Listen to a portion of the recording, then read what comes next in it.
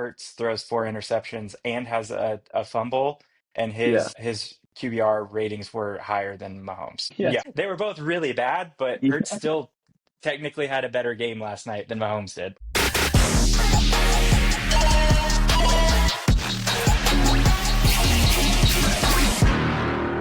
What's up, guys? Welcome back to episode 4 of this season with Caden Sports Balance.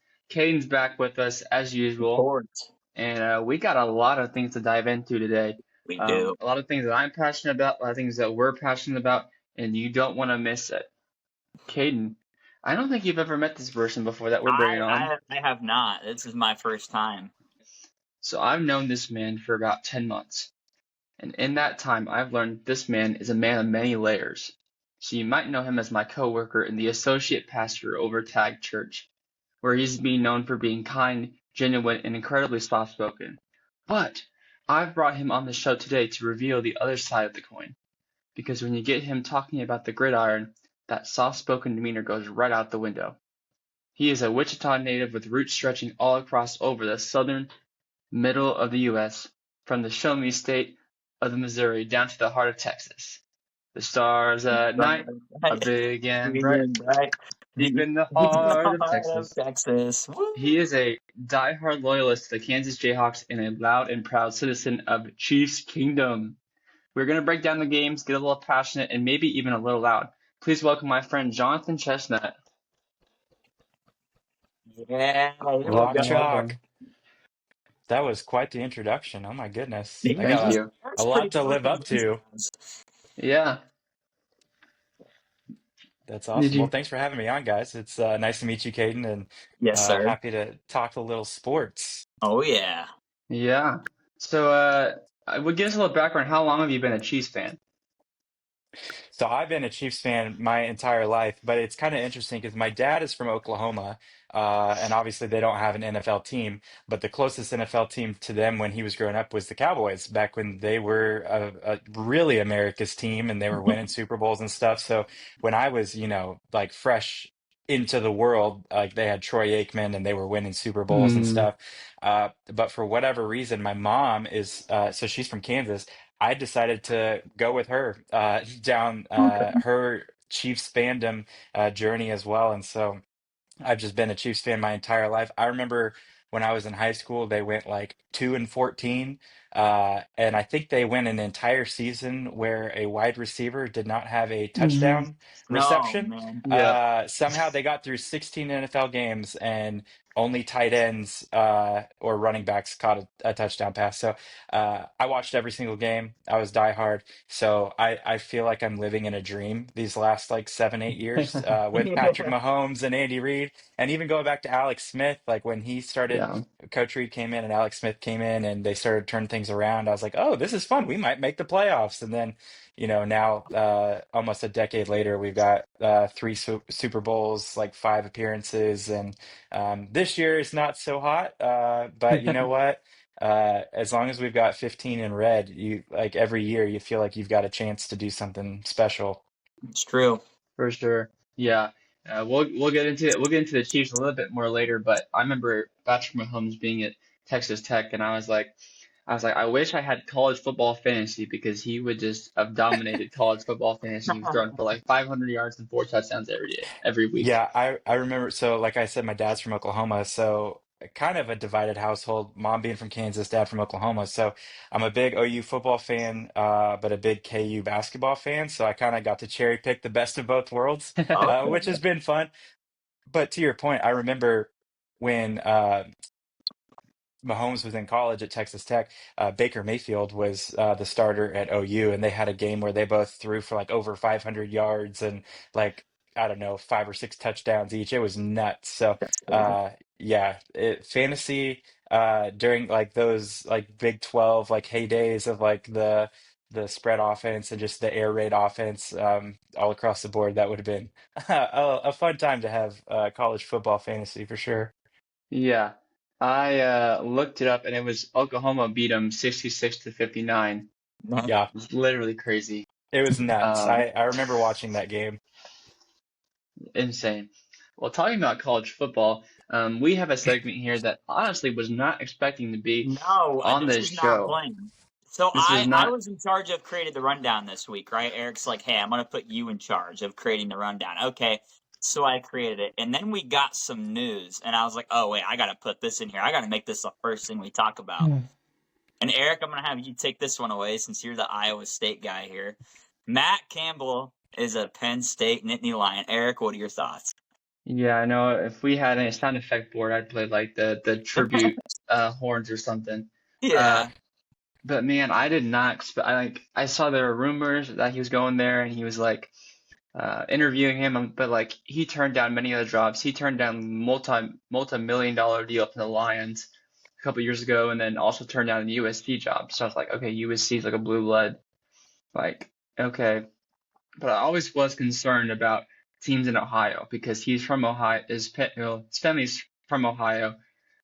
He coached at Toledo before Iowa State, and so I knew Ohio State and Penn State were always scary teams to watch out for. I never would have guessed it. But I was actually on the phone with Caden when the news broke, and Oh, I just about it was screamed through the great. phone. It was awful. And I'm smiling now, but it was really sad the I've end of never the heard Eric era. scream like that. Let's just Yeah, say that. the teenagers would say I crashed out. I was a D1 Yeah, crashed out. yeah. I think Eric definitely had a crash out moment.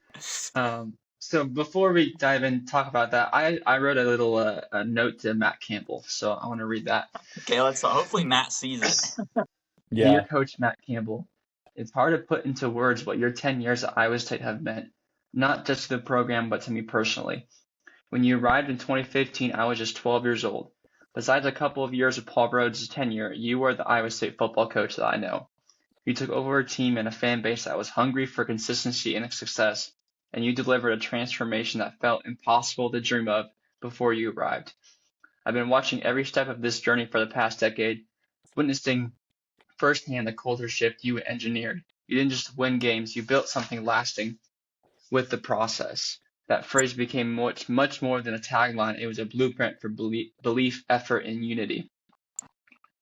We saw bowl wins, unprecedented consistency in the Big 12 standings, and moments that brought Ames, Iowa to the national stage in a way that had never been done before, including College Game Day and other things. You taught us to expect more, believe in the impossible, and always show up for the Cyclones. It's bittersweet to see you go, but mostly bitter, not towards you, but while I will sincerely miss having you on the sidelines at Jack Trice Stadium, I want to wish you nothing but the absolute best of luck in your future endeavors. You have given us many incredible memories, and your impact on Iowa State will be talked about for generations. I hope they let you be yourself over at Penn State. Make them fall in love with the process. The process will love you back. Thank you, Coach. So I just wanted Beautiful. to get that off my chest. There you go. As you know, If I didn't know better, I would think he died, but It almost sounds like a he eulogy. kind of did in terms of your yeah, Iowa State fandom. He's kind Yeah. of he's gone.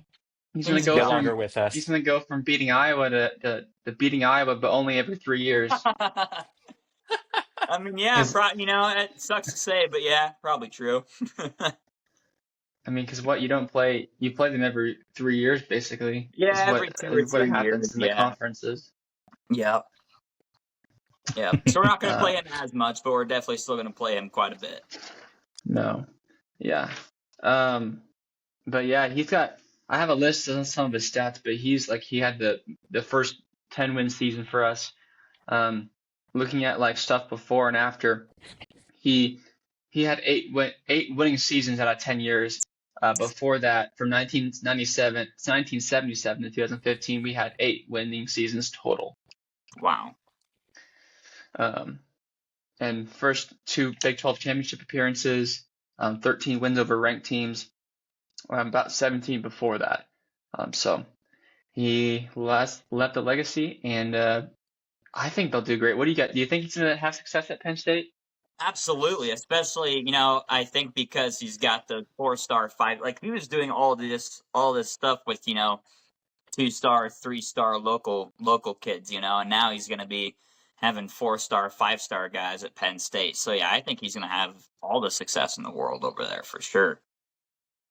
no Yeah, doubt.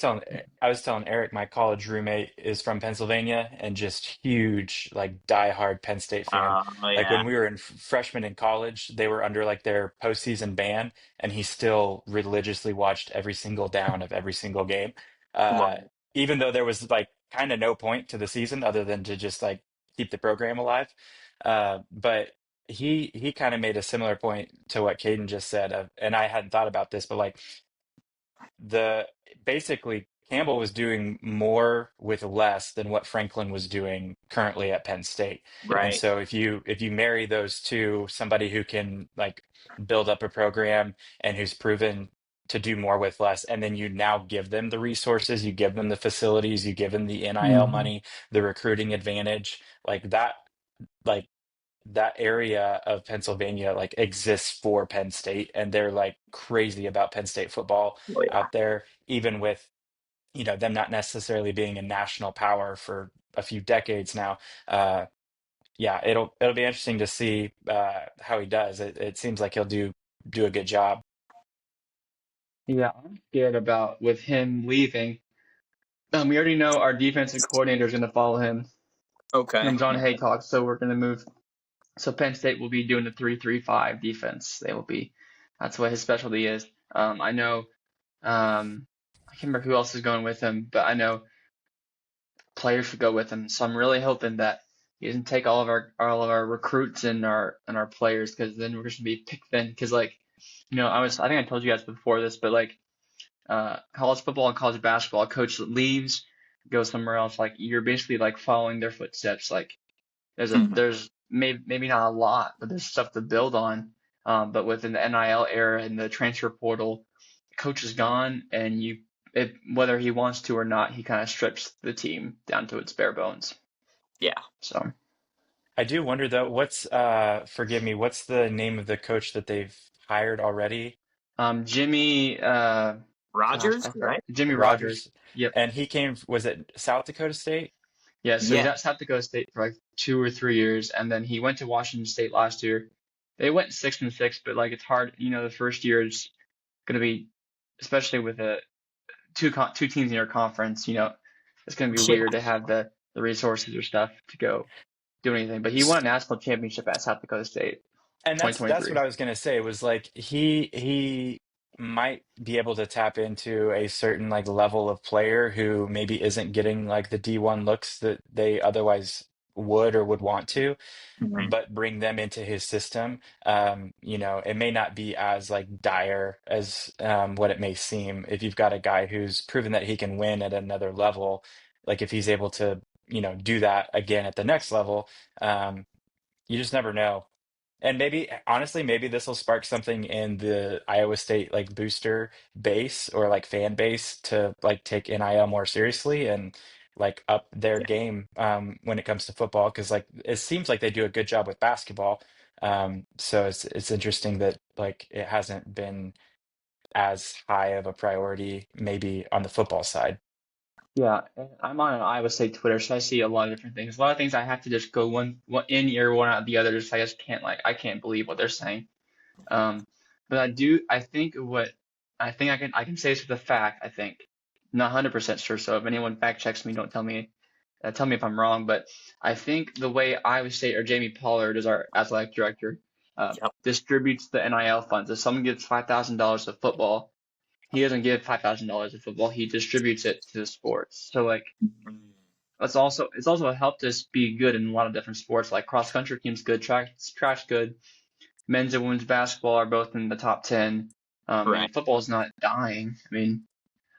But I think the way he does that is a little bit different, and so I'm interested to see if that's actually how he does it. Um, how do we help with NIL football? Because if he's just going to give it to the cross, and he said like he's like a cross country coach basically as an AD is what they were saying. Oh.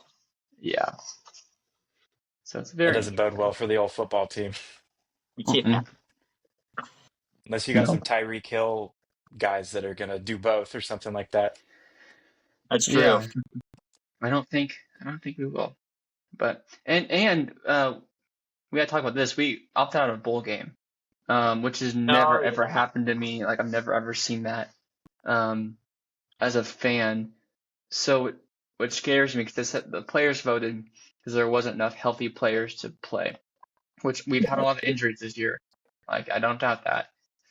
But I think it scares me because does that mean a lot of these players are already thinking about transferring? Like, Right. I don't like that. I don't like that.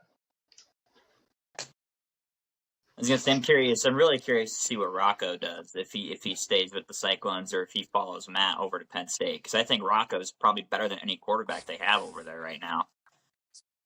Besides was it Gronk? Is that his name? Gronkmeyer or Gronkmeyer, something? yeah, I watched him Mm-hmm. play in person. He was pretty solid. He's not bad. I saw him play at Kinnick this year. He's pretty solid. Yeah, But I would still definitely put Rocco over him. I think so. Just And don't take Rocco from me. is Drew Aller coming back to Penn State, or I what think Drew is? Allard's going to the NFL because I think he was a senior this year. Yeah, I couldn't remember. I knew he got hurt, Unless so I didn't maybe know he if. had a medical red shirt from his injury. But Yeah, I feel like he played too many games though, because it was yeah, he like probably it did. was Yeah. already after like the Oregon game, and Right. like they had already started to lose when he got hurt. Right.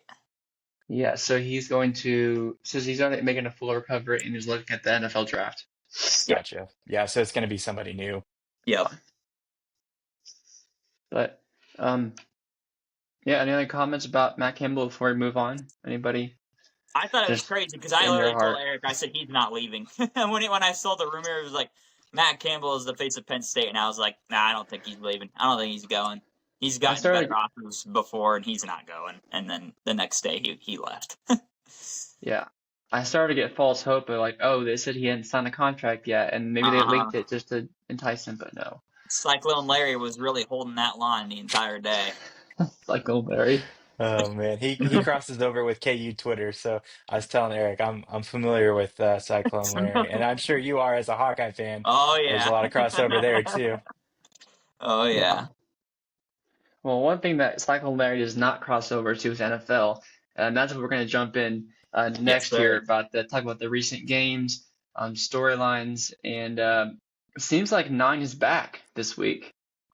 Is he back Nine on was track? back. Nine was back, and he was good. He was really good. Carved up Washington, and it's good to see that stuff. You know, the Vikings, which is my favorite team, they're not going to make the playoffs, but it's good to watch a game and see JJ McCarthy play well, because then that gives me hope for next year and the future. So that's encouraging to see that for sure. Yeah. Also, You'll in that finish. game, Jaden Daniels got hurt again, which just That was crazy. that sucks, dude. Which is funny because looking at fantasy, one of the guys who barely won to avoid being last in our league started Marcus Mariota. Didn't even look at his line. He said he was logged out of ESPN Yeah, he for a said he was while. logged out. Yeah, that was interesting. But it would have been better if he didn't play because Marcus came in and threw for 30 yards but threw a pick, so he had negative points. Negative points, yeah. He started the backup quarterback Yep. and got negative points. Yes. Yes, that It's is crazy. exactly what happened. That is crazy. Literally crazy. How about Yeah, the Chiefs, there's though? a lot of games in the league this week that had the division on the line. I think there were like 3 or 4 of them. Yeah, the AFC South, NFC Yeah. North, Yep. and AFC North. yep. AFC North, yep.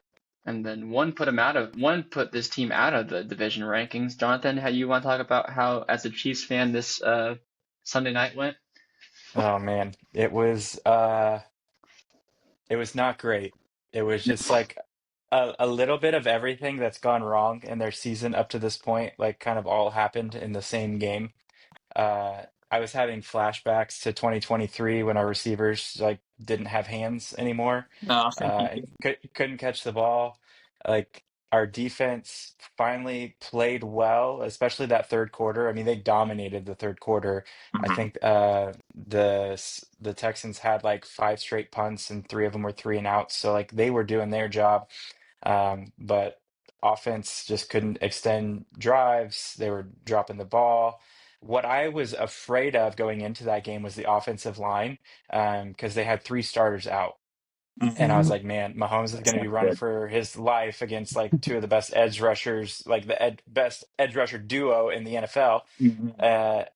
And so I was like, man, they're gonna have to run the ball a lot and all this stuff. And the first snap of the game, Wanye Morris like hyperextends his knee or he does something. It was gruesome. Like he's out for the season. Ah, I haven't seen what the official report was, but so then on the second snap of the game, you're already bringing in another backup. Right. And but crazy enough, their offensive line did fine. Like they had a few penalties, like they had a few times where like the rushers got through, but for the most part, they did okay.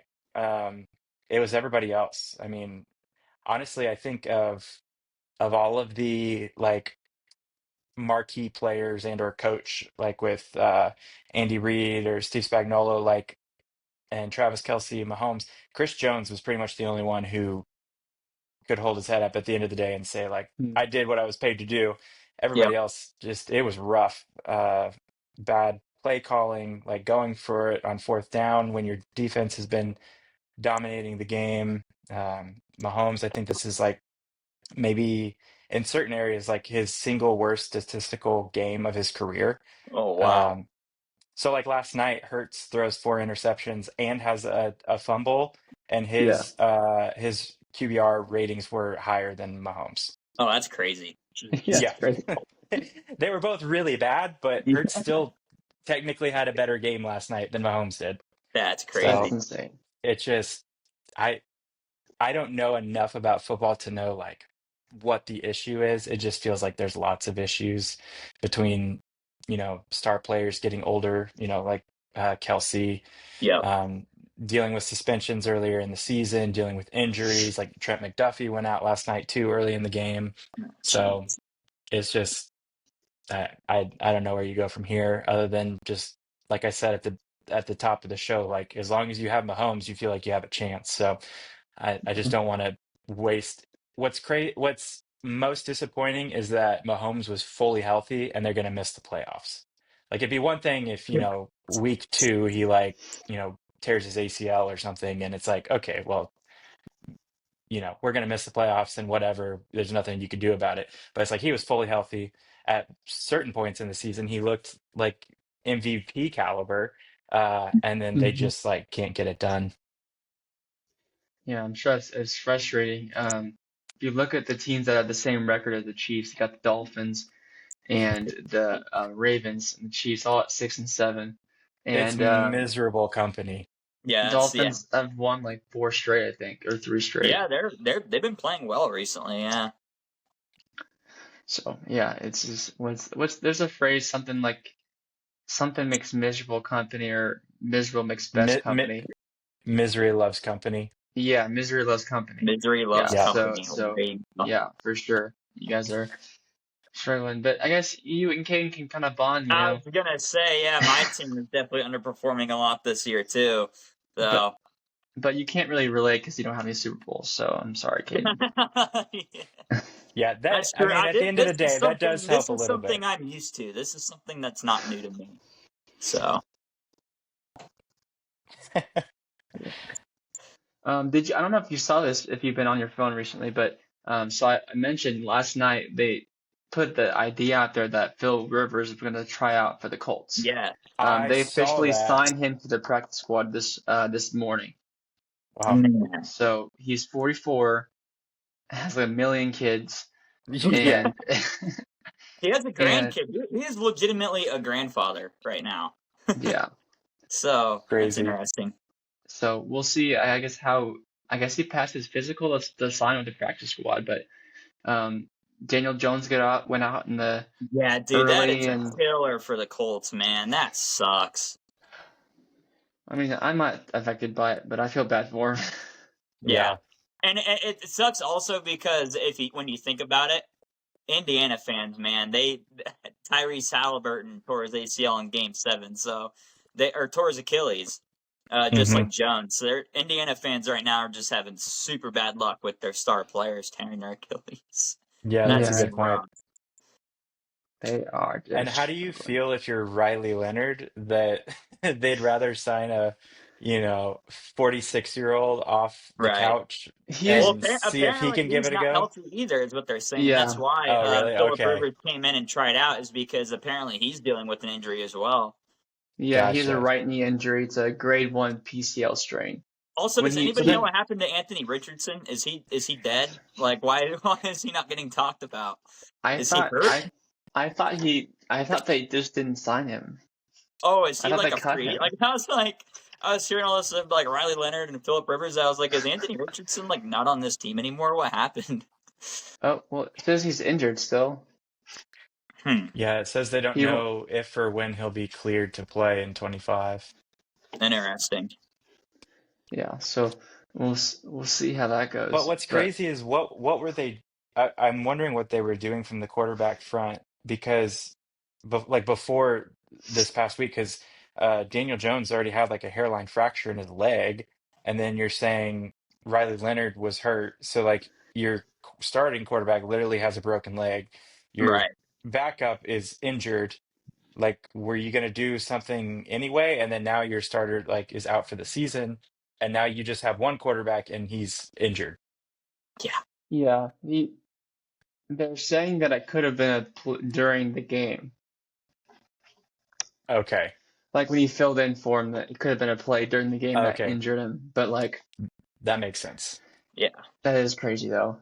Man. Um, Notre Dame and players and teams are just they're just not loving life. At least No, we lost our coach, but I mean, uh, we're just not getting really mad about it. Like Notre yeah. Dame and say, like if we were Notre Dame and we would play a bowl game. Oh You yeah. know, back to college football. But if I was Notre Dame, if Iowa State was in the place where Notre Dame is, we would play a bowl game and just smoke the team. But Notre Oh yeah. Dame is like, oh, we're too cool for this, so we're mad that you left us Yeah. out. And their AD was telling the ACC that we have had uh, things that sever our relationship because you were ultimately comparing Miami to Notre Dame and saying Notre Dame shouldn't be in, even though half of our 15 of the sports that we have we're in the ACC, just not football. So Yeah, I agree overall. Like, don't love like how Notre Dame's handling it. One counterpoint that I saw that I did think was interesting, that would be like in favor of them not playing in the bowl game was one, you're gonna have guys who are gonna sit out, you know, for the draft and stuff like that. Right. And so what then could potentially end up happening is you have like guys who haven't been playing all year go out there and put like film out there, like game film, and maybe raise their NIL stock and either demand more from Notre Dame or like transfer out where they can get Right. more. Whereas right now, if you don't play that game, that tape doesn't get out there, and those guys just like will most likely stay in the program and work their way up. Um, hmm because you don't give them a chance basically to capitalize on that. But like Right. as a senior, like why would you not want to play a game anymore? Like you're like, oh, Especially a senior who's not projected to be drafted. Well, and yeah, those I don't think are the guys who wouldn't want to play. It would be like from my understanding, it was like the administration like made the Right. mhm, decision not to play in the bowl game. Like I'm sure if there are seniors on Notre Dame's team who aren't going to have any like NFL options or career, I'm sure they would want to play. Oh, But it's 100%. more so thinking of the guys behind them who haven't been playing or go out there and ball, and then all of a sudden like these other schools are knocking down their door, offering them way more NIL money to come transfer. It would suck to deal with that. yeah, it would. Yeah. Before we go on, I do can't believe we haven't mentioned this yet. Packers beat the Bears on Sunday, Yeah, so yeah, and yeah. I mean, we have a lot of games going on. I mean, Steelers beat the Ravens to take their division. Packers beat the Bears. take the It two was a seed. crazy week, man. What's crazy, we can lose next week and not have division, and then the game. I think no matter what the Yep. results are next week, the week following against the Bears is going to be for the division either no matter what happens. Yeah. So be interesting. I was watching the game and then I had to make pancakes for youth, and then I kind of just like forgot about it because I was really busy. And I was like, I checked the score like during the middle of the party. I was like, oh, good thing we won. I was like I don't know. I had so many things going on at once, but like I'm really glad that we won. And You're like, yes, at least we won the game. There we go. yeah. The Bears still suck. That's all I'll say. Still suck. Hey man, I mean they do. I mean they don't suck this year. Surprisingly, Like I said, they they've actually suck worked a less really than good they year. have recently. Oh yeah. Yeah. This year is definitely an outlier for the Chicago Bears. That's for sure. Mm-hmm. It's regret, or I was gonna say regression to the mean, but that would be above the mean, anyways. Yeah. So we have a little segment here. Those of you who know who BDGE, I think it's literally their name. They do trivias that we haven't come up with. They did a NFL 15 words or less game, and so we came up with our own 15 words or less. If you don't know how to play this game, basically we have 7 players or things or stuff to do that dealing with NFL, and the person who knows them is going to have the guesser, and we're going to say, and we're going to have you have 15 words to get those 7 things. So if I use 4 words for the first one, well, now I have 11 left to use for the rest of them. And you try to get them in 15. So, Caden, why don't you start, and then we'll go from there. Okay, so we were each supposed to do 2, right? I think we'll just do. You said come up with 2, but I think we'll just do. Like you'll ask me 1, and you'll ask Jonathan 1. Okay, perfect. Yeah. We'll start with Jonathan first. Okay, so I had chat. I did this earlier. I had Chat GPT do some random NFL players. So. Oh geez, this is not going to end well. Actually, I will say they're pretty well known, so it might go well. It honestly depends on my ability to give clues here. So either way, I'm gonna blame you. So we'll see how it goes. As you should. All right. Eagles receiver. Okay. Well, it would be either AJ Brown, Devontae Smith. Here, I'll help keep track of it. I'm gonna start with AJ Brown. No, you it's got 50-50. Okay. Good job. That was quick. All right, Eric. Wait, hold on. No, you need all 7 are for Jonathan. Oh well. Okay. Yeah. Well, okay. I did the other one that ChatGPT created for me. Okay. Wait, hold on. Did you only do 2 names? I only did 2 names because that's what we talked about. I thought we agreed we're doing 2 lists of 7. Oh, I thought we agreed we were doing 2 names. Never mind. Okay. My bad. All right, here we go. Here, you just get this one. I'll come up with that on the fly. All right, here we go. Okay. Broncos shut down. Oh geez. Or lockdown. Yeah, lockdown. So it's gonna be Broncos defense. The only one that I can think of is Surtain. Yeah, there you go. Okay. All right, now let's get some more. Let's try to go a little bit deeper here. Let's see. All righty, let's go with. Ooh, how do I make a good? Okay, let's do this. Whoops. Chef. Oh geez. Oh man. Literally the only thing that's coming to mind is baker, as in Baker Mayfield, but that's not a chef, that's a baker. I think you're on the right track, though. Is that your official guess? No, because it's like in the ballpark, but I don't think that's it. I think I have an idea. I want to say Adam Schefter, but it was literally the only other thing that I can think of. Good old Schefter. Can I phone a friend? Can Eric? Can I tap him in? Sure. Or are we going against each other, Eric? I mean, technically we're going against each other, so I don't know if I want to. Okay. Man. So then, if I don't guess it, does he just have to keep using his words until I do? Yeah. You just have to give you as many words as or as little as he can. But okay, well, I'm just gonna go because he's gonna have to give me another word anyway. So I'm gonna say Baker Mayfield. Okay. Let's try. Let's go. Prepare food. To prepare food. What in the world? Two That's what more a chef words. does. Chef prepare food. And this is NFL related. Yep, it is. I'm trying to Oh make these man, quizzes a little bit more fun. goodness gracious. I can't even begin to think of what kills me is that I think Eric knows it. I have an idea. I don't know if it's right. It could be wrong. I don't, can you give me like like a team or like Sure, I can give you a team. Bills. Yeah, it's who I thought it was. oh, okay. James Cook? Yeah, there we go.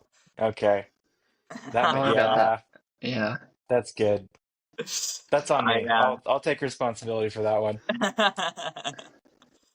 Okay, let's go. I think we only have 7 words left Yeah. Yeah, you have 7 words left and you have 4 for left. four Yep. for 4 names. All right, we could do it. Let's do this thing. Okay, let's go.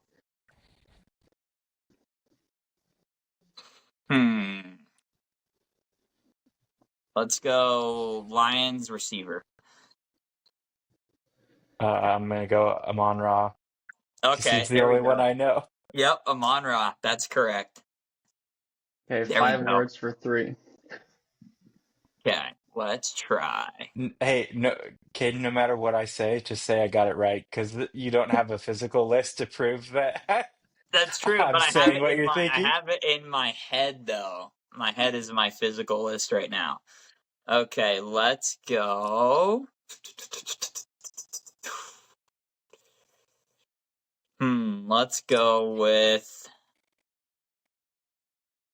Let's go with Bengals. I don't know if you're familiar with this word, but Bengals and Unk. Oh, I am familiar with the word. I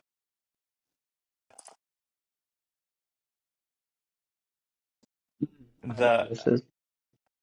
I'm gonna say this is I'm either gonna nail it or I'm gonna be so off it's gonna be hysterical. I'm gonna go Joe Flacco. That's correct. Okay. Yeah. All right, we have one more player, right? Yeah. Okay, one more player. Yeah, I Let's got this. go This with. one has to be Or in 1. did Okay, we now do this one's gonna be. It has to be in one word. I think unless I miscounted. one, Okay. 2, 3, 4, 5, 6, 7, 8, Okay, I 10, know for 11, sure 12. Eric I've will get got this one. 12 Okay. words. Did I miss? Okay. No, you're probably right. But I think we have to get 2 more. Yeah, there's 2 more. Yeah. Probably. So I think we have to get 2 and 3 words. So try to do 1 word on one of them. Okay. Does like a title of something, if it's more than one word, does that count as one word since it's one title? What do you mean? Example, If like movie, TV show, video game. That's if you use 2 words, it's 2 words. Oh, dang it. Okay, okay. And if you're Let's. trying to do somebody that's on the cover of something, I'm gonna have no No, idea. it wasn't If that. if I Okay, say let's like go The with. Sandlot, it's 2 words. Okay, let's go with undersized. That's 1. Is that That's 1 one word? word. I That's think one it's word. 1 word. Yeah. Undersized. That's 1 word. Oh, jeez. Well, I know somebody from the Chiefs who's undersized, but I have no idea. Hmm. I'm trying to think across the league. Mike Wazowski. Mike Yeah, Wazowski. I Did did you not want? watch that last night, but I should have because that looked my pretty kids cool. liked it for about 5 minutes. Uh, gosh.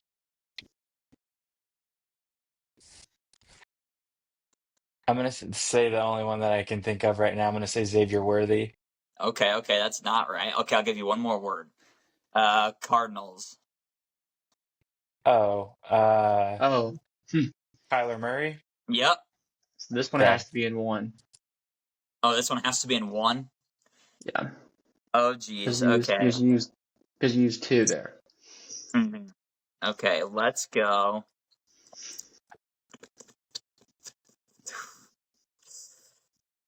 Let's go. Oh man, I'm trying to think of a good one I can get, a good player I can get with a one-word hint. All right, let's do this. Let's go gritty. Oh, geez. As in the celebration, not as in like Yeah, being that gritty. actually makes it harder. I feel like so many guys do it, and I I would don't just know say who. look to the right of where Caden is. Uh, then I'll go JJ. Yeah, there you go. Not McCarthy. I know who you meant. I know who you meant. That's I correct. think. How do you know JJ doesn't just get down with the gritty? Kirk Because he's Cousins did never it one time, so you because never he's know. never on the field. That's true. Yeah, we actually have a cinnamon toast crunch box of cereal at our house, and it has Justin Jefferson on there and has step-by-step instructions on how to do the gritty. Does it Nice. really? The last one says like throw up your squares, throw up your squares. That's awesome. Let's go. All right. That's great. Let's just, since you didn't have another one, I'll just do one to you, Caden, and we can call it. Okay, perfect. I came up with two lists. Do you Okay. want the one that's called Random Chaos or the one that's called Unrelated? Both sound really fun. Let's go unrelated, as in like clues that are like unrelated to the player, like as in like non-football clues. Well, that's just what ChatGPT named him. Oh, okay. Yeah. Let's go random chaos. Let's have some chaos. Okay. Let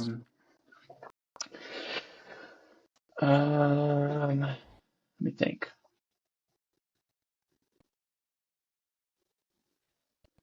I had something in mind and I forgot. Oh.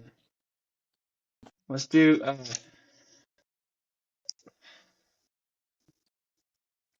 Louisville quarterback. Lamar Jackson. Yep. Okay, I can just check it off.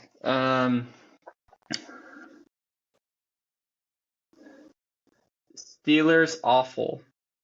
Steelers awful. Yeah. And Dude. I don't know if I should say this, but not all of these are players. Steelers awful. Terrible towel? What's your guess? I'm gonna say terrible towel. Mm-hmm. Nice. That's a Dude, that good was one. good. Oh my gosh, I don't know how I just pulled that. That's actually insane. Nuke. DeAndre Hopkins. Yeah. We actually Jeez, had a BDG. We actually had a BDG one time where it was like, guess these players based off their nicknames. Their nicknames. Yeah, they've done that a couple times. Bears oldest. Bears oldest. Oldest. Bears oldest. Is there like an old player on their team? Bears oldest. Might not have been as good as I guess I can guess.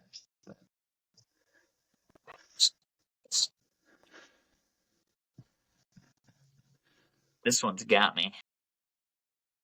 Bears oldest. You can throw out a guess if you want, and I can help steer. Yeah, let's just throw out Cole Kmet, just because I feel like he might be the longest tenured Bear on the team right now. So let's just throw out Cole Kmet. Stadium.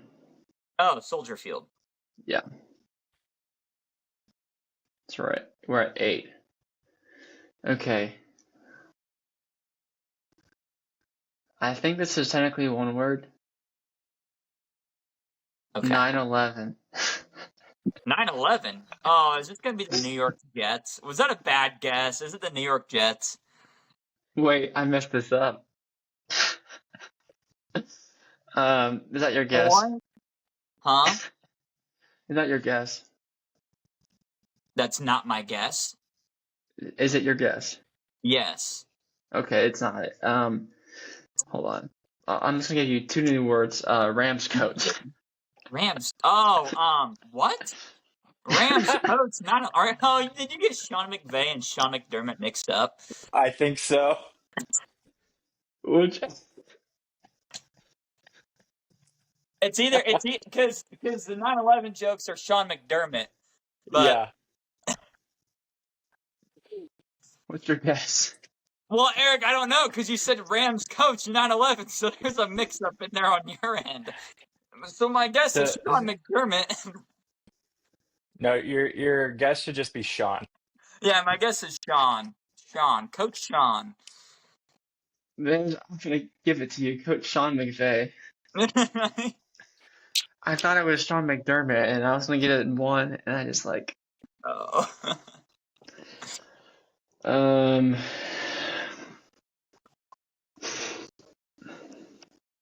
let's see. That's great. So I'm at 9, I think. No, I'm not. I think you're at 11. I'm 11. Yeah, I didn't add those two. Okay, we're good. I can do this 5 or 4. Buffalo fans. Bills Mafia. Yep.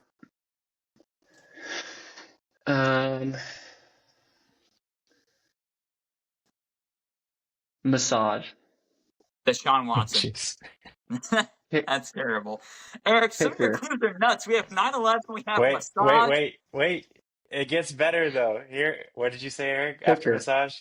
Yep. Oh, dang it. It's not Deshaun Watson. It's Justin Tucker. Yeah, that's still 15 though. Let's go. That's I funny. had So a I think we feeling tied, but I wouldn't have got my last one if I hadn't had the Vikings hints. So Caden can have it. Oh, man. All right. Well, thanks for playing those games, and let's get right into our college hoops because I know we're definitely watching a lot of college basketball right now, aren't we? Yeah, I'm definitely watching mostly Iowa. Don't really watch a lot of games besides Iowa. I watch Iowa State here and there, but that's about it. Yeah. Iowa has a men's team. Yep, they sure do. Okay. And they're not bad, dude. Yep, they sure The do. Iowa Caitlin Clarks. Yeah. Yeah, we are the Iowa Caitlin Clarks for sure. Yeah. Actually, yeah. I think I told you this on our high school got on ESPN for chanting overrated at Caitlin Clark when she was in high school. Yep. So She dropped shout like out. 60 on you guys. She dropped like 45, I think. But man. our high school was 4-1 against her high school when she was there. Wow. Yeah. So do with that information what you will. Yeah. So I know. Last game for Kansas, Darren Peterson was back. He seemed to be playing pretty well. What's the state of Kansas hoops as of this moment, Jonathan? There is a mixture of like a lot of optimism, but also like somewhat nervousness. So like Darren Peterson, number one recruit in the class, um, including like the preseason games, and now I think he's missed. It'd be easier to say the amount of games he has played in. I think it's only been like 3 or 4, because he's been dealing in the preseason. It was like cramps and stuff, and then he got hurt in the North Carolina game and tweaked his hamstring, so he missed all of like the Vegas like players era. But KU still went 3-0. Lots of guys stepped up, and then he missed. We were all hoping that he'd be back for the UConn game last week. But like the morning of, he didn't feel good enough to go. So he did finally come back this past weekend against Mizzou on Sunday, which was a 20-point win, which was great. But Bill Self said before that game that he had gotten like a flu bug or something the Friday night before. So he was kind of on a minutes restriction. And it seemed, I mean, I think he only played like maybe 20 minutes, but he had 17 points and looked like really good. And KU ran away with that game, which was nice. So like on the one hand, like really nice to see some guys that we had redshirted last year who are playing bigger roles and making good plays this year. And some of our transfer portal guys are having solid years to start out with. Flory Badunga, our starting center, who returned. He entered the transfer portal for a little bit over the summer. Was getting recruited hard by Auburn, almost left, but decided to come back so that he could play with Darren Peterson. He looks really good, has improved a lot. So The optimism is like if Darren Peterson plays, like KU can play with and beat anybody. But it's just a matter of like how much is he going to be on the floor. I know it's only like it's still like early mid-December right now. But it's like once we start creeping into January and get into conference play, like if he's still missing games, you kind of start to wonder what are they going to look like in March? What's his availability going to be like in the postseason? So hopefully he can get healed up and get everything sorted out because like he's just so smooth. One of the best like recruits we've had uh maybe since like Andrew Wiggins or even before. Like Wow. he's really good.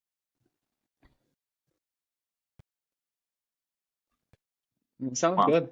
I'm excited. I mean, I would like to play Kansas in basketball. Um, it's a fun matchup because it's not like either team is typically a good shot of winning, even though Yep. both of Yeah. our home courts are probably top five atmospheres in college basketball, hardest places to win. We both won on the road, so Yeah. Yeah, it's fun, those Iowa State teams. Especially I feel like it really started, and you would know more than I would, but like once Hoiberg got there, like is yeah, when they yeah, really like took a huge jump up on like the national level.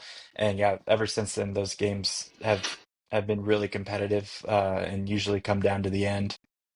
yeah. I remember watching first house I grew up in, watching the 2013 game against we beat number seven Michigan, and I think if I would that was like the kickoff game, I would say to us being um, perennial Big 12 contenders and just ranked team in general. So Yeah. yeah. um, I actually saw a TikTok today this morning about Bajunga, um, but like how he was like he's only been playing basketball for like 3 or 4 years. Oh, that's I great. can't remember what they said, but like he got bitched like, hey, you should go do this, and he's from Congo and came in the U.S. and started playing basketball, and but now he's on Kansas, so he's doing pretty good for himself. Honestly, kind of a similar, I'm not saying they're the same level of player, but just in terms of like their story and kind of like every like parallels and stuff, kind of a similar trajectory of Joel Embiid, Mm, where growing up in Africa, mostly playing like soccer, and then somebody finds them somehow, and then they come to one of those prep schools in high school in America yep. and they start balling out. And yeah, 2 years ago as a senior in high school. Flory was Mr. Basketball in Indiana, Well, and then he played behind Hunter Dickinson last year. But there were just like flashes, like he's just a freak athlete, super long. He's left-handed, but he can finish with his hmm, right. He can make his free throws. He doesn't have much of a jumper, like he's kind of working on that. Right. But just, I mean, Bill Self loves to run lob plays, and he's usually on the receiving end of the those and best. just monster jams. And so uh, he had a play last year where I remember he stole the ball from a guard and then dribbled all the way down the court and threw it down. And I was like, wow, this guy is like That's pretty good. legit. And so he can handle the ball a little bit, and he's just taken a huge jump in his development, especially as like he kind of had that raw athleticism, but now Mm, he's kind of getting some moves and like knowing how to position himself and to shake guys and get good looks at the basket.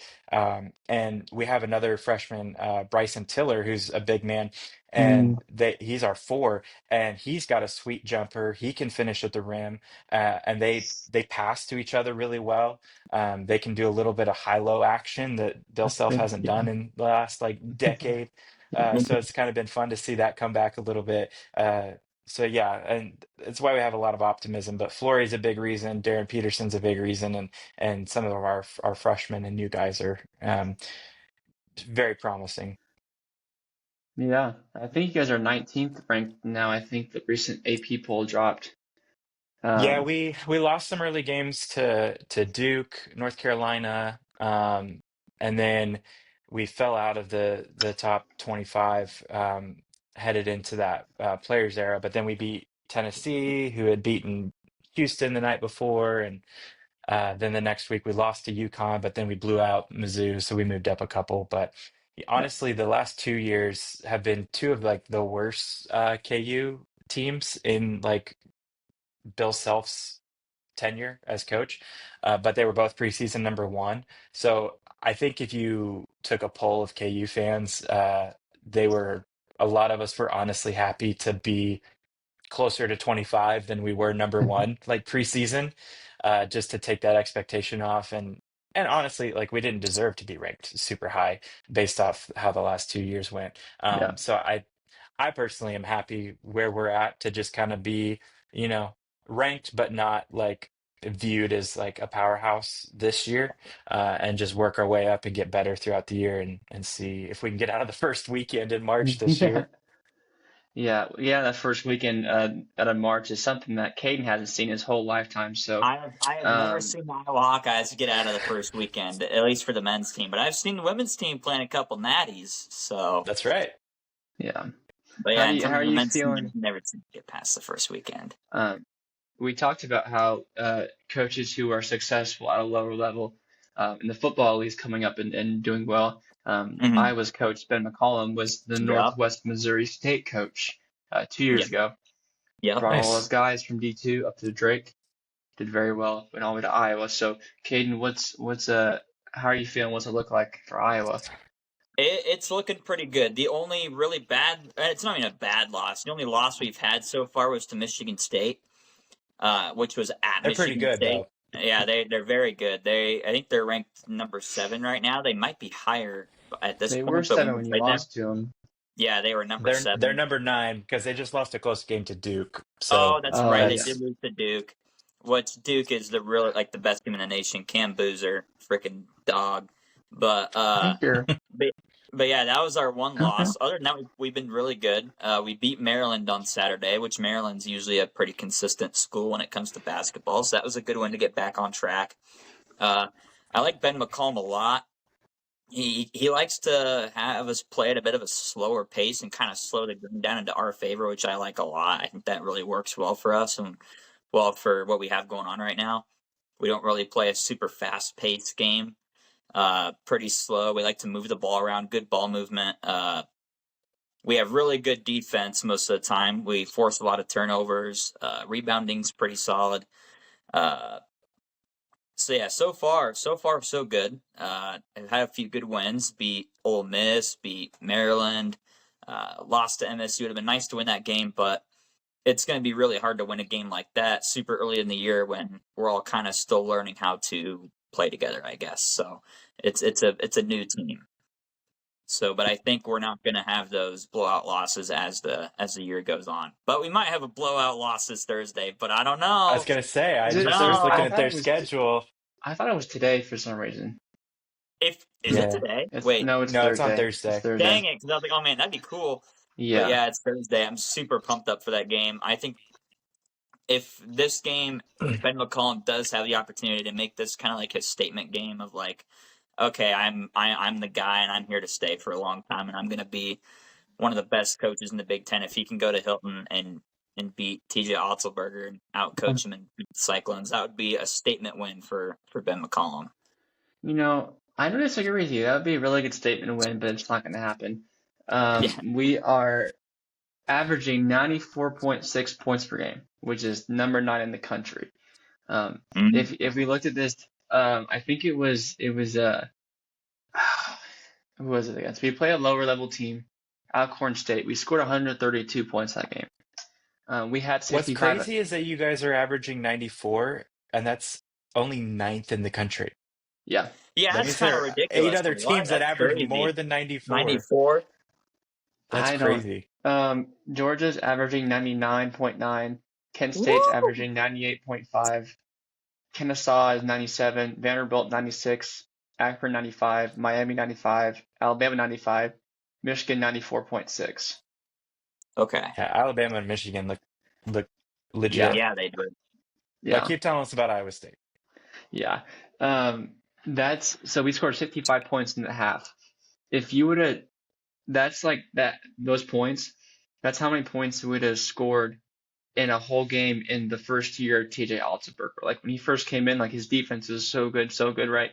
We could Mhm. not score the ball to save our lives. So if you would have told me, I don't know, probably like 5, I think it's been 5 years, maybe 6 since he came in. You had told me that we're scoring, averaging 95 points a game. I mean, albeit before conference play starts, but so it might go down.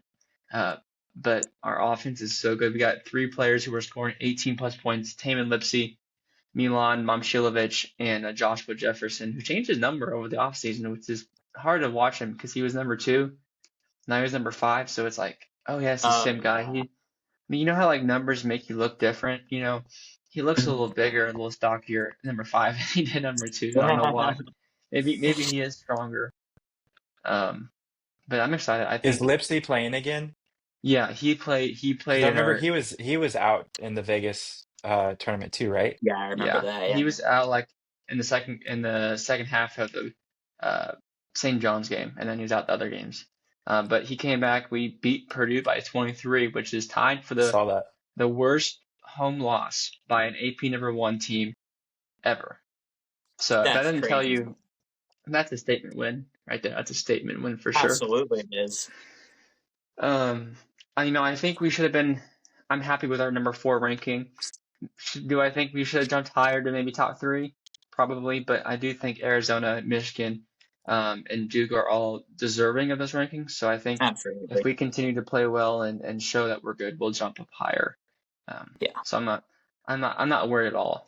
There's no reason to be worried. But yeah, I think if Iowa can slow the game down, I think y'all have a chance to get close. But And even that's with what our I think we're going to aim for because that's how Ben McCollum has done it so far, is slowing the game down. That's kind of been our thing. So, and like I said, our defense is pretty good at forcing those turnovers. So I think Iowa State's going to have a pretty tough test. But I think, honest opinion, I think you guys will win. But I don't think it's going to be easy. I don't think so. So yeah, we'll see. I wrote this down in my notes, and the way this game is shaping up to be like the 2015 game. If you remember this, Caden, this I 2015 remember it. game is at home. The last time Iowa played Iowa State on the road, Iowa State was also number 4. Iowa was also unranked. I was up by 20 points. We came back, and then Monte Morris hit a game-winning floater to win 83-82. Yep. Crazy enough, our leading scorer was Jameel McKay, and Dude, McKay, he he was wasn't known good, for. dude. He scored 20 points. He wasn't known as a scorer. Like he get the rebound, he get those lobs that we like to do too, but he scored a lot of points. Yeah. So Yeah, I remember that game pretty well. I remember, it's funny. I don't remember the game as much as I do going to school that next day. I think I was like in 6th or 7th grade at that time. And just hearing everybody talking about it, I'm like, man, I don't want to sit here and talk about this right now. What are we doing? yeah, that's crazy. Does that make you feel old, Jonathan? What? That we were in 7th grade or 6th grade in 2015? Yeah, considering I was like a junior in college in 2015. So, yeah, I'm an old No, head over here. But I no, do remember the days of like there being like a crazy game the night before, and then you go to school and everybody's like, "Did you yeah, see that game?" Because Yeah, there wasn't like especially social when it's a media or local game like texting to that. like do it live. yeah. That was like our own ESPN show was at the lunch table, and we were debating and saying the opinions on it. Yeah. Um, But Jonathan, we're gonna close out our interview segment with one question that we like to ask our guests. This started recently, but we're called Kenny Sports Balance. This kind of random name that Caleb came up with because our friend called him Kenny. His name's Kyle. But long story short, we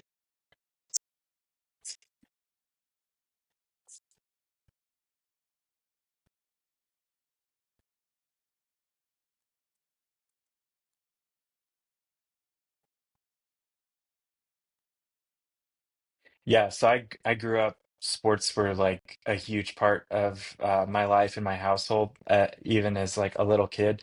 Um, both of my parents grew up playing sports. We loved watching sports together, and I started playing baseball from a really young age. Baseball was my main sport growing up, and I even played all the way up to 1 year of college baseball at Evangel University. So it was always, I took it very seriously.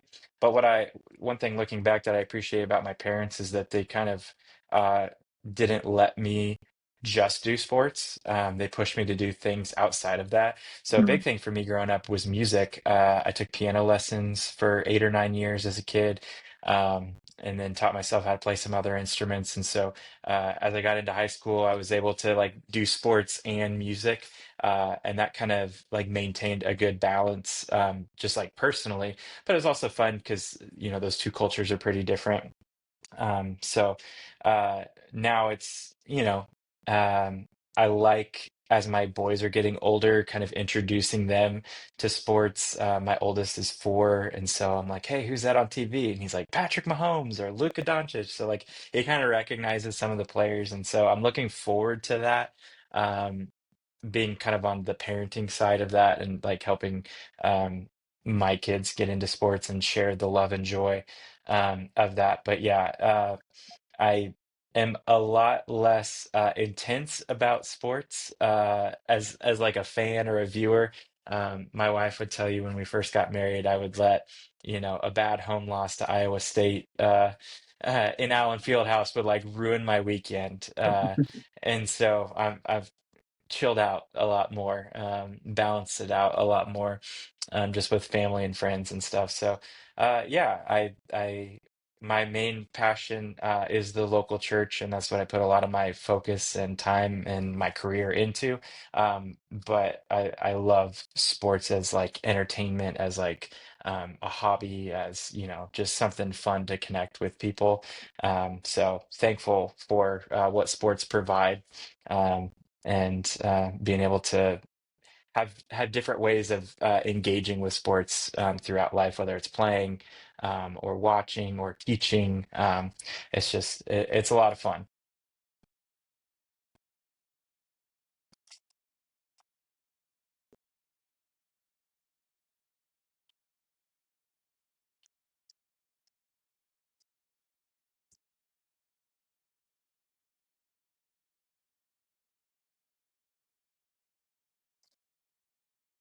Okay, okay.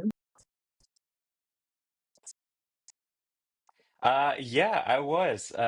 So chorale was like it was kind of like the varsity team of the choir, uh, but I'm not a singer. Okay, I have a not great singing voice. I have the voice of a drummer, uh, which is why I hit things really loud so nobody can hear me singing. But yeah, I was telling Eric. So like my freshman year, I was a music major and I played baseball. As a music major, I had to be a part of like some sort of music ensemble, whether that was like orchestra or concert band or like choir or something. But the only thing that fit in my schedule with like daily practices and stuff for baseball was chorale, which was like this really good smaller choir. And so I had to audition for that. So I talked to the director before. I was like, "Hey, I'm a baseball player. I have to be in this for my schedule because I'm a music major." And he's like, "Okay, cool." But then he still had me audition, and so I auditioned, and I was terrible. He's like, maybe try again next year." And I was like, "Well, no, you don't remember. Like, I have to be in this." He's like, "Great, welcome aboard. Go stand by this guy and sing everything that he sings." I was like, "Okay, great. I could do that." So definitely did not deserve to be in it, but I had to be. And so it was funny that there were other like freshmen who were way better singers than me that like wanted to be in it but couldn't. And I was just like standing there like, what am I doing here? We Uh, right. yeah. So after my freshman year, I stopped playing baseball, switched my major to business, and didn't have to be in chorale anymore. So I was thankful for that.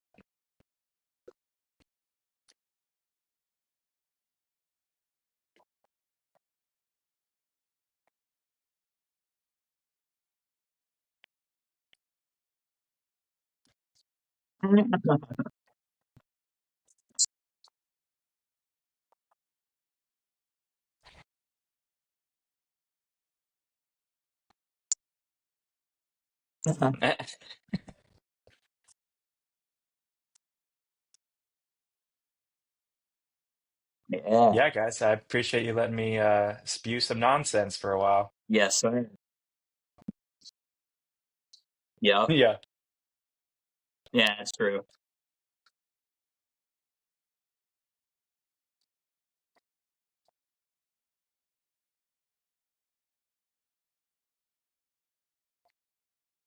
conference linemen.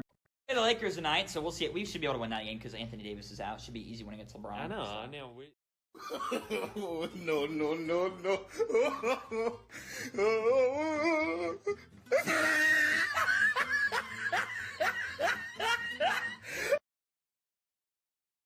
Welcome back, y'all. We're into our last segment of the podcast today, and this is probably one of our most could be controversial topics. Probably. The thing we talked a lot of controversial topics here today and other podcasts, but before we get into it, Caden, I just want to say something. The Heisman finalists were announced, I believe yesterday. I did see that, yeah. And I wanted to our viewers or listeners. So there's 4 of them, and I told Caden this in private before we were doing this, but I don't think there's a truly deserving Heisman winner this year. Just because of. Yeah, I agree. I mean, all 4 guys were great this year. I mean, you can't deny that, but I don't think any of them had like a historical season that you see with other Heisman winners. I think it should go to Fernando Mendoza, me personally. But. Yeah. Let's see. We got some typing going on here. Yeah, I was typing. Fernando Mendoza, Julian Sayin, Diego Pavia, and Jeremiah Love. Hey, if Diego Pavia doesn't opt out of his bowl game, that means Iowa is going to play a top 4 Heisman finalist. So we'll see. Can I tell you something? Breece Hall, I don't think was ever top 5 ever in Heisman. Should have been. He had 2020. He had 1,500 rushing yards and 21 touchdowns, and then 2021 about had 1,500 rushing yards and 20 touchdowns. Jeremiah Love currently is 4th in the Heisman race, and he has 1,300 yards and 18 rushing touchdowns. So what does that say? It's because he plays for Notre Dame. That's why, which is stupid. It's all about the brand. Which now they're saying that the ACC had an aggressive anti-Notre Dame scheming and stuff as the ACC against them when they're getting really sad and really I don't know how to describe it. Yeah, I don't know. Who knows? But yeah, Breece Hall. I'm an Iowa fan, but Breece Hall definitely should have been in that consideration. I think probably Mendoza. I do think Julian Sayin, however, is better. But they may. I don't know if they're going to think about head-to-head. That really matters. But Sayin has more passing yards, only 2 less touchdowns, and 78% completion percentage is insane. Yeah, that is insane. But you can also make the argument that Mendoza did more with less, or did better with less, because Julian Sayin has Jeremiah Smith and Carnell Tate to throw to. So it's like, is it Carnell? I thought it was Cardell. Dude, I get it mixed up all the time. So I think it's Carnell, but I used to call him Cardell all the time. I don't even know anymore because I say both.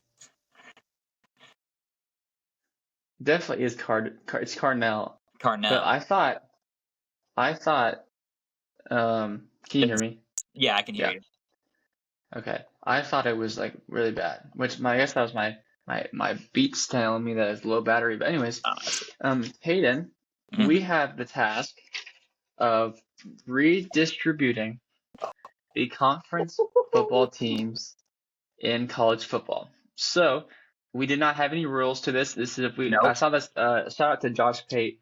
I watched the whole video on his conference realignment, and I agree with a lot of things. But I had some differences that I think I needed to just show and share my opinion on. And so he said, so our situation is this: we are the commissioner of college football. Currently is not one. We have free will, free reign, no decision. Anything can happen. You can put them down at FCS if you really want to. But you can add conferences. You can take away conferences. You do whatever you want. Caden, why don't you start us off and tell us how you would redistrict, or I guess we're redistricting. I sure can. I'm going to have my camera go black for this because I have to look at my notes here. Sorry about that. It's kind of janky. But so my conference realignment is super, super simple, but I think it does the job. So for the ACC, I have Boston College, I have Clemson, I have Duke, I have Florida State, I have Georgia Tech, I have Louisville.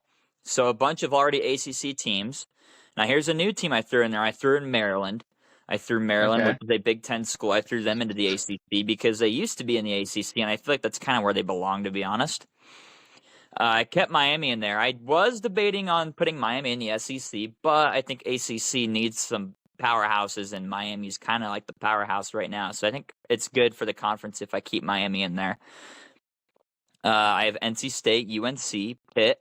I also threw another Big Ten school in there. I threw in Rutgers into the ACC just because location. I feel like New Jersey, that's just the ACC area. So I decided to throw in Rutgers. Syracuse, Virginia Tech, and Wake Forest. So I kept all the ACC teams that, well, I actually took away a lot, but I took away, which we will get to later, but I took Is away Georgia a lot. Tech in there? Georgia Tech is in there. Okay, I'm just trying to see similarities between ours. Yep. And I threw in Maryland and Rutgers. And you're So how going many to teams do you have in your ACC? in my ACC, I have 1, 2, 3, 4, 5, 6, 7, 8, 9, 10, 11, 12, 13, 14, 15, 16 teams in the ACC, which is a lot. Okay. It's a ton. So we're into it. I don't go ahead, keep going. Let's see what you got. Okay, so for Big 12, Big 12 is going to look a little bit different, kind of. I have Iowa State, I have Kansas, I have Kansas State. I put Missouri back in the Big 12. I like it. I put Oklahoma back in the Big 12. Oklahoma State. I threw SMU in the Big 12, which is a ACC school. I decided to throw them in there. So Oklahoma State, SMU, TCU. I put Texas back in there. I also put Texas A&M back in there, Texas Tech, and West Virginia. And I threw out Houston. I wanted to keep in Houston for basketball reasons, but for football, I feel like I don't know. I threw them back into the American. I can agree with you. So there's a lot of teams missing in there. How many? Is there actually 12 teams in the Big 12? 1, 2, 3, 4, 5, 6, 7, 8, 9, 10, 11, 12. Exactly 12 teams. Wow. Yep. As it should be. You As should it actually should have be. the same amount of teams as your name. That's And crazy. Big 10, I think I'm going to have pretty close to 10 here. So Big 10, I have Illinois, Indiana, Iowa, Michigan, Michigan State, Minnesota, Nebraska, Northwestern, Ohio State, Penn State, Purdue, and Wisconsin.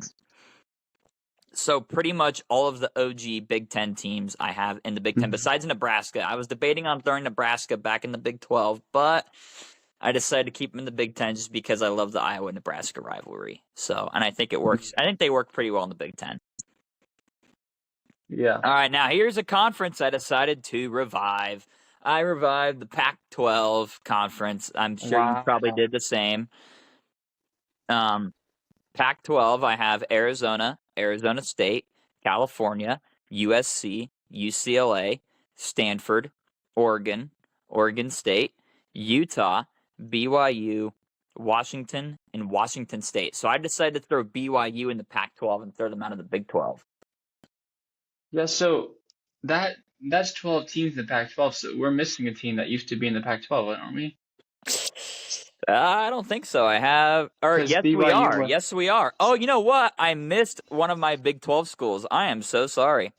I did have Houston in there. I'm sorry. Wow. Oh, I missed my whole entire top. Okay, let me go through Big 12 one more time because I messed this one up. I am sorry. In the Big 12, I kept Houston in for basketball reasons. In the Big 12, I have Baylor. I forgot about them. Colorado. I threw Colorado in the Big 12. Oh, that's why. Yes, I heard that. I think. Oh no, I didn't. Yeah, That's what the no, you difference didn't, is. because I completely missed my top. I don't know what I was doing. I threw in Baylor, who's still in there, and I threw in Colorado, and I kept Houston for basketball. So, just to go through the Big 12, there's actually 14 teams in the Big 12. Baylor, Colorado, or no, sorry, 15. Baylor, Colorado, Houston, Iowa State, Kansas State, Missouri, Oklahoma, Oklahoma State, SMU, TCU, Texas, Texas A&M, Texas Tech, West Virginia. All right. So you have right now you have the Pac-12, the ACC, the Big 10, and Big 12. It's 4 conferences. Yep. Now let's go to the SEC. The SEC, I have Alabama, Arkansas, Auburn, Florida, Georgia, Kentucky, LSU, Mississippi State, Ole Miss, South Carolina, Tennessee, and Vanderbilt. Mm-hmm. So pretty simple. Like I said, I think my and also Cincinnati and UCF I sent back to the American. I was debating on adding I don't know. I couldn't really find it. I was maybe thinking of adding UCF to the ACC, maybe putting Cincinnati in the Big Ten, but I was like, I feel like they were a lot better off in the American Conference. And like I said, I kind of kept Houston in the Big 12 just because basketball reasons. But yeah, those are my conference realignment. I decided to revive the Pac-12, so the Big 12 lost a lot of teams. So did the Big 10, lost all their West Coast teams and the ACC. But I think it's worth it because the Pac-12, I think, should have never went away. I think the Pac-12 should still be a powerhouse conference right now. So, Yeah. That's it. I mean, there's a lot of. I definitely agree with the Pac-12 coming back. I don't agree 16 teams is way too many. I think the point of this is supposed to get away from the super conferences. Yeah, and the thing is, the ACC is my biggest conference, but another thing is there's not a lot of good teams in there. The only it's not a super conference, but yeah, I agree with that. I tried to limit that as much as I could, but it was kind of tough. Before we get into my segment, I just want to, or my picks. I just want to lay these ground rules down. Okay, this is my criteria for the college commissioner. Okay. My importance for conference. Okay, conference is one. Rivalries. I want to try to. These are not in order, just rivalries. I want to try to preserve rivalries as much as possible. If they're already in the same conference, they have a rivalry. Try to keep them in because that most likely will keep the rivalries. History. There's a history of teams in a conference together. I want to keep that and remind that, like, if it's early, they've been in that conference for a long time. I went back and I added a lot of teams that were originally in that conference instead of the new conference that they're in now, just for that specific reason. Also, geography. Geography is huge. It seems like all these super conferences are losing the concept of we need to be close to each other. It saves schools lots of money from traveling across the nation. Yes. And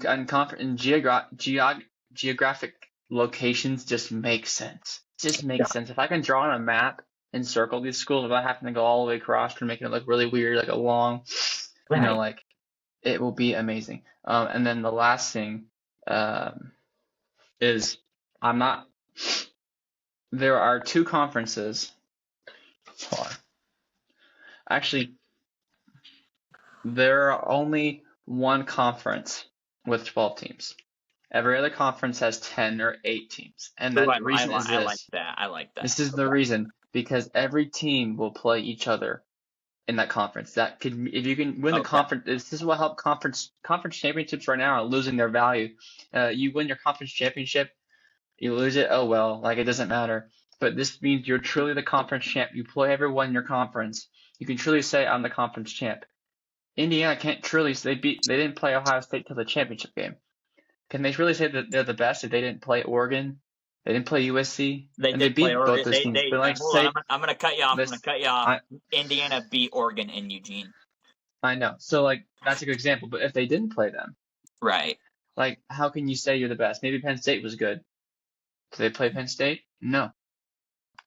Actually, they might have played them. That's a really bad example. But they beat Penn State at Penn State. They beat Iowa. So, but like, you know what I'm saying, right? Yes, I do, and I like that. I like that way of going about it. I do enjoy. I like that a lot. So, and I also want to say, some of these people got kicked out of conferences, and some people got kicked down to independent. Ooh. So they're not stuck there forever, but they have a chance to come back. But you gotta have a chance to come back. All right, SEC. SEC has 10 teams. Alabama, Auburn, Ole Miss, Mississippi State, LSU, Arkansas, Tennessee, Georgia, Florida, and South Carolina. I really debated putting Clemson in there. I really did, because Clemson's in South Carolina. Mm-hmm. They're also a very good team. I just think they got too much history in ACC to even take them out. I took Kentucky and Vandy out. Who else did I take out of the SEC? That might be it. I think I just noticed Kentucky and Vandy, I believe. Yeah, and I'll show you where they're at later. Big Ten, you got Iowa, Minnesota, Purdue, Illinois, Wisconsin, Penn State, Michigan, Michigan State, Ohio State, Indiana. Big Ten. The Big Ten is called Big Ten. Guess how many schools it has? 10. 10 schools. I love Great it. job, Caden. Big, formerly known as the Big 12, is going back to what was called the Big 8. Ooh. I don't think these are. I don't think Oklahoma. One of these schools wasn't in the original Big 8. I think, but I could be wrong. But we're gonna have Iowa State, Kansas, Kansas State, Oklahoma, Oklahoma State, Colorado's back in, Nebraska's back in, Missouri's back in. At the Big 8, history, like I said, history is very important. You have 8 schools. You only have to play 7 conference games. You can go out and schedule you can schedule 5 out of conference games. You'll play other teams. Yep. This one is inspired here by Josh Pate's video, and I didn't even know about this, but this used to be a conference, the Southwest Conference. Okay. This was, I think it was, let me look it up. I think it used to be a bunch of Texas schools, if I'm correct. Okay. It was a D1 from 1914 to 1996. The original ones. I never knew about this.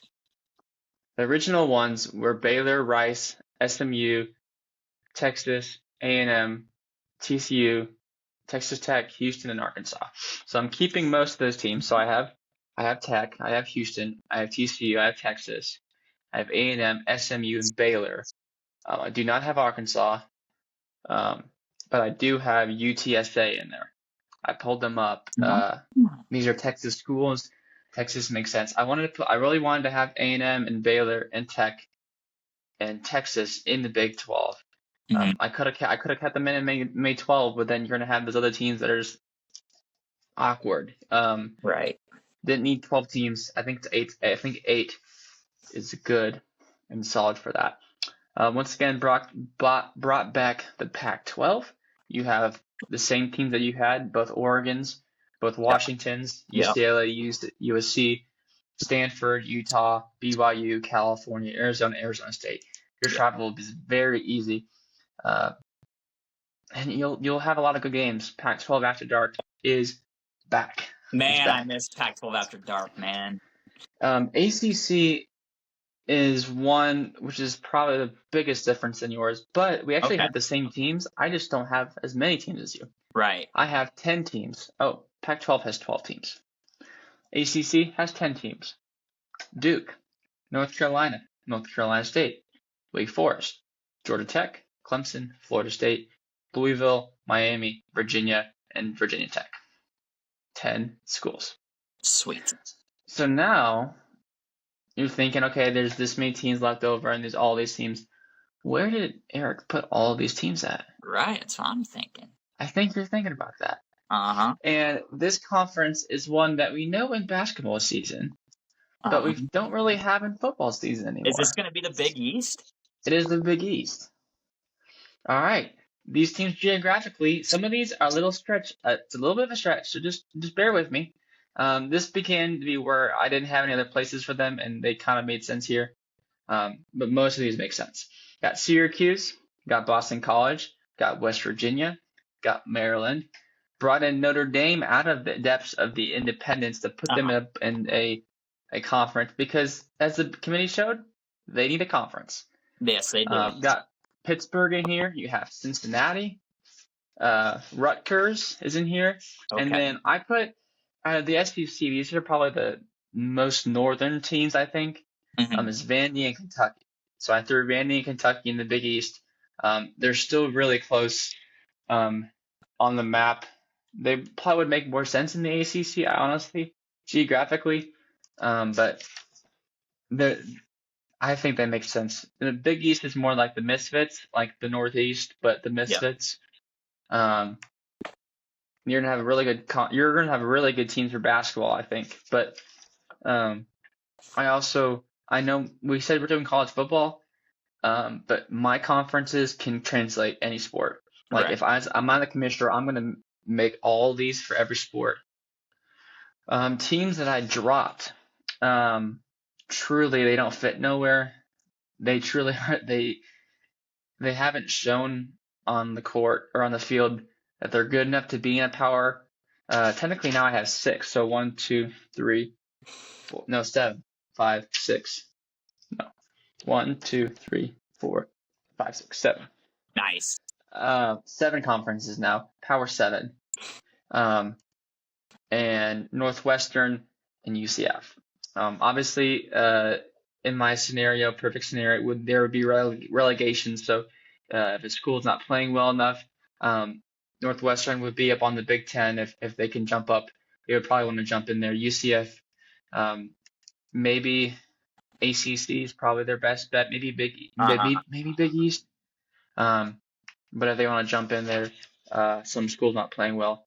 Right. But this helps travel. This helps things. This would affect my college football playoffs because I would 12-team playoff. All right, you got 7 automatic. So we're flopping it. So it was 5 automatic and 7. We're gonna do 7 automatic and 5 at large. So Okay. group of five does not. I mean, probably they could see if they're better than them, but I'm gonna guarantee they're probably not better than. Right. So like there's no group of 5 like left over. If they're good enough, they'll make an at-large. Yep. Otherwise, these Power 7 conferences, each champion is the true champion, will make it in automatically. Okay. Yeah. Okay. I like how you So- did that. That was good. That was good. Yeah, thank you. I didn't necessarily disagree with yours. Biggest thing I would say is I hated 16 conferences and 16 teams in the ACC. Yeah. Yeah, that was my biggest thing. And I looked at it even when I got it done, and I was like, man, that's a lot of ACC schools. And I'm like, okay, well, what do I do? Do I move Clemson to the SEC? I'm like, no, I don't want to take Clemson out. Do I move Miami to the SEC? No, I don't really want to take them out of the ACC either. So I'm just like, man, what do I do here? And I'm just like, we'll keep it. And then it kind of, You could have Georgia Tech. I should have done that because I was thinking about that the entire time too. And Georgia Tech has a really good rivalry with Georgia. So that was my main, I don't know. Yeah, I definitely could have done that. I was also thinking Florida State as well. I couldn't move to the SEC, but. And which the only team. So here's the thing. Every conference will have 9 conference games. At least, the conferences that have 10 or 12 will have 9 conference games. Conferences that have 8 obviously can only have 7. But then you can schedule out the conference games. So there's no okay, you have to have this or this to schedule this team. There's no bowl game tie-ins. Besides the classic Rose Bowl, I think it needs to say Pac-12, Big Ten. Other than that, there's really not a huge issue for me. And but yeah, comment below what you think and tell us what conferences you would do. Make sure to like and subscribe to our YouTube channel, our Spotify, our Instagram, and our TikTok. We'll put those links here when we finish here. But make sure. Oh, you cut out. I had a phone call. Oh, there you go. Phone call. Okay. I declined it. Make sure to follow us if you haven't yet. And thanks for tuning in. Another great episode. Yeah, I had a lot of fun. Also, I want to add this. If you want to send out any questions, comments, ideas, you can send an email to kennysportsbalance@gmail.com. Literally our name, kennysportsbalance@gmail.com. Or send a DM on any of the social media platforms, and one of us or send a DM or something. We love interaction for you. Also, we'll drop here in a moment on our Instagram. Actually, this will be posted before after we do this. Yeah. But we'll drop our bowl game group on ESPN. If you want to join, see if you can outsmart us. I'll pick the college football games. It'll be on there. Caden, any closing comments before we end? Oh man, Iowa is gonna kick the crap out of Iowa State on Thursday. No way, Jose. No way. No way. Dang it. I mean, TJ's gonna get them hyped up. Yeah. Also, our Jimmy Rogers gets announced during halftime, so that'll be fun. Oh, that will be fun. That'll be really fun. Yeah, for But sure. I hope Matt Campbell, please watch our podcast. You probably don't watch our podcast, but please. No, not a chance in hell. I'm gonna make a clip of this. I'm gonna make a clip of that, and I'm gonna tag him in it. Yes. And we'll see how it goes. You'll see how it goes. Peace, y'all. See you next week. See ya.